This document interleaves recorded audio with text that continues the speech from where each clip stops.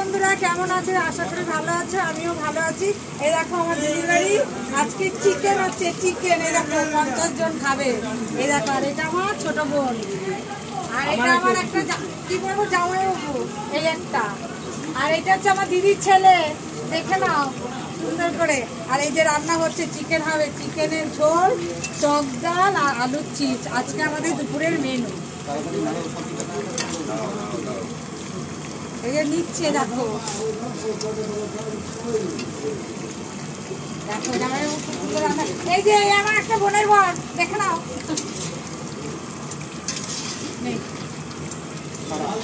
Chicken দিয়ে খাচ্ছে, দেখো। ওই আমাদের দাও সবারটা কোন ফটো তুলে এক ওই ঝোলো আর টক আর একটু দাও। না না আমার দিতে আমার লাগবে